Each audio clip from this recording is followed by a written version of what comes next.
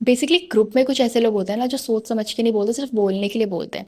अब ये सारी चीज़ें ना ह्यूमन साइकोलॉजी में आती है, जहाँ पे हम दूसरों के एक्शंस रिएक्शंस भी समझते हैं और अपने एक्शन रिएक्शंस को भी समझते हैं।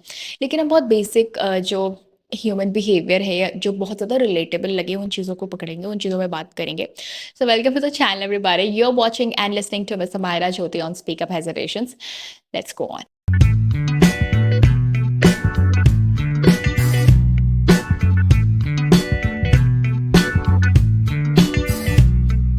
पता है मुझे सबसे खराब चीज़ क्या लगती है कि लोग कहते हैं कि सवाल आपको चाहे किसी भी मैनर में क्यों ना पूछा जाए, आपको जवाब बहुत तहज़ीब से देना है, आंसर बहुत अच्छे से करना है, आपको पेशेंटली, शांति से।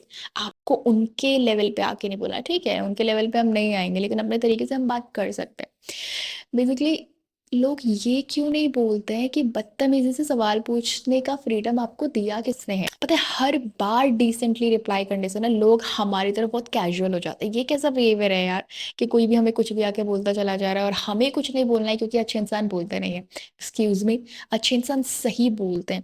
ये सबसे बड़ा डिफरेंशिएशन मैंने फ़ील किया है कि आपको चुप नहीं रहना है, बल्कि आपको सही बोलना है। रॉन्ग चॉइस ऑफ वर्ड्स और एक्शंस आपको नहीं रखना है बस। अब पता है मज़ाक एक्चुअली उन चीज़ों को बनता है जो उनके अकॉर्डिंग उन्हें सही नहीं लगती, जैसे इनकम हो गई, हाइट हो गया, वेट हो गया, कॉम्प्लेक्शन हो गया।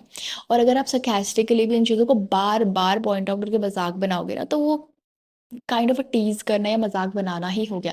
और ग्रुप में पता नहीं कुछ लोग इतने ऐसे बैठे होते हैं जो बहुत सपोर्टिवली हँस रहे होते हैं। अरे इतनी फ़नी वे में बोला था यार, हँसी कैसे नहीं आएगी?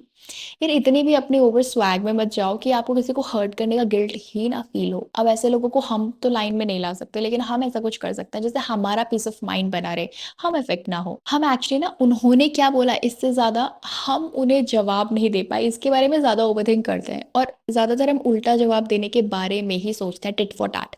बेसिकली हाँ, कुछ लोग होते हैं जो एक्चुअली में टिट फॉर टैट के लायक होते हैं, लेकिन अगर हम टिट फॉर टैट की थ्योरी रिपिटेटिवली यूज़ करेंगे ना, तो वो हमारी पर्सनैलिटी का पार्ट बन जाएगा। और फिर वो एक बार हैबिचुअल हो गए आप उस चीज़ के, वो हैबिट में आ गया, तो आप इतनी जल्दी उस चीज़ से ना छुटकारा नहीं पा सकते। मुझे नहीं लगता कि टिट फॉर टैट की थ्योरी हर बार हमें यूज़ करनी चाहिए या फिर इसकी ज़रूरत है।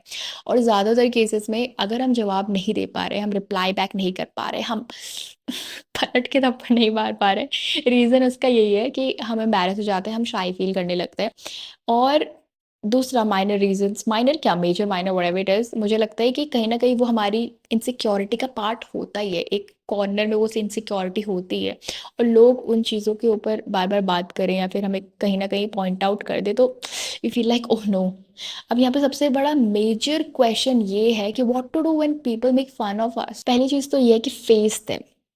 ठीक है? उन्हें उसी टाइम बता दो कि आपने जिस तरीके से बात की, मुझे पसंद नहीं आया। ठीक है? बहुत अक्कड़ में आके नहीं बोलना है हमने। नॉर्मली उनको बस अपनी फीलिंग से ना अवेयर करा दो, वी डिडन्ट लाइक इट। और अगर इतनी सी भी ह्यूमैनिटी अगर उनके अंदर बची होगी, तो वो गिल्ट में आ जाएँगे। दूसरी चीज़ ये है कि यहाँ पर गुस्से का कोई भी काम नहीं है।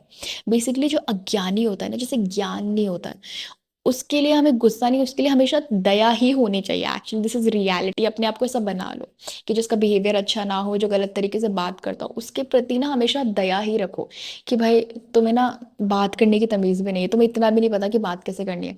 तीसरी चीज़ ये है कि ऑब्वियसली किसी के मज़ाक बनाने में अगर आपको लाफ्टर समझ आ रहा है ना, किसी के मज़ाक बन रहा है और आपको उसमें एंटरटेनमेंट दिखाई दे रहा है, मस्ती सूझ रही है, तो वो गलत ही है। Do not take that risk of hanging around those people.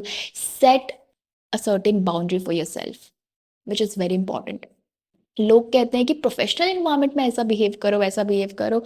Non professional environment में आई फील लाइक कि नॉन प्रोफेशनल एनवायरनमेंट में भी आपको अपने लिए एक सर्टेन बाउंड्रीज रखनी चाहिए और दूसरों के लिमिट्स को भी रिस्पेक्ट करना चाहिए। क्योंकि यार आपकी फ्रीडम सिर्फ तब तक ही है जब तक आप किसी के मजाक बनाने को अपनी फ्रीडम ना समझते हो, किसी को दुखी करने को अपनी फ्रीडम ना समझते हो। End of the topic. Thanks for watching. See you in the next video.